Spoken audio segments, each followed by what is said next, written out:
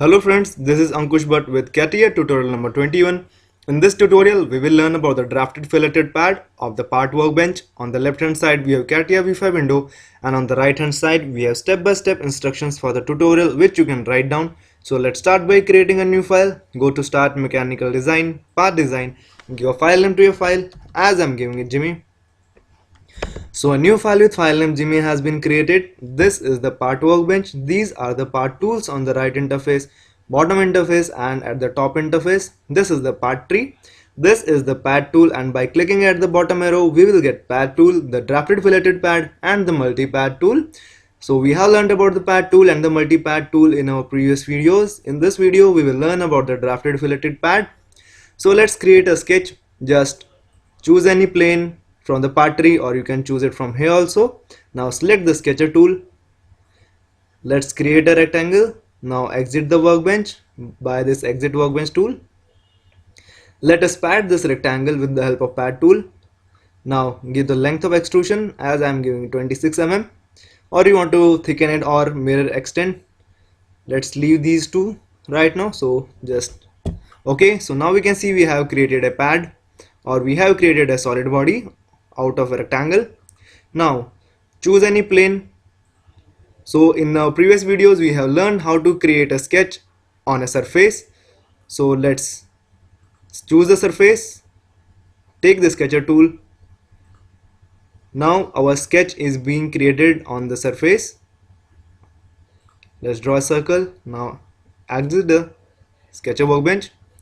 So now we use pad tool to extrude any sketch, but the pad tool extrudes the sketch with the uniform cross section. As we can see, the cross section is uniform everywhere, like there's a circular cross section and there's same circular cross section along the whole extrusion. As we can see, as we go on increasing, the cross section remains same. But what if we want just to change the cross section, change the upper cross section, or we want to change the lower cross section, or we want to make it conic shape? At that time we use drafted filleted pad. Let's choose drafted filleted pad. Now select the sketch. Now we can see we have here the first limit and the second limit. So we learned about the first limit and second limit. Just give the length of the first limit here. The upper circle is the first limit and the lower circle is the second limit, as it is being represented here, LIM2 and LIM1. So give the length of the extrusion, like I'm giving it 35 mm. Give the limit. You can provide the limit as a surface, or you can also provide it as a plane. Now give the draft angle as I'm giving it 7 degrees. Now working towards to the neutral element.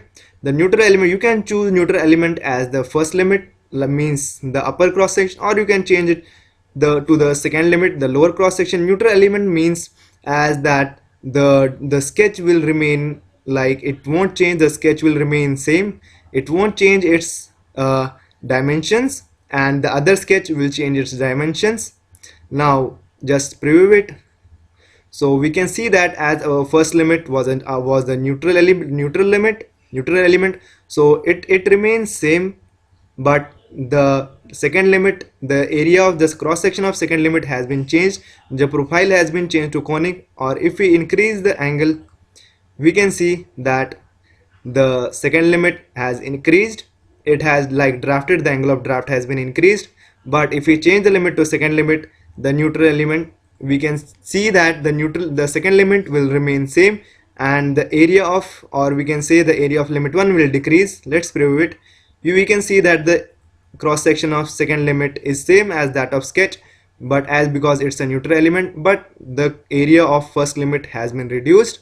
So this is how the neutral element works and the angle of draft works. Now moving on towards the fillet, we can fillet our first limit radius, and we can also fillet our second limit radius. Let's increase our first limit radius. This is our limit first and this is limit second.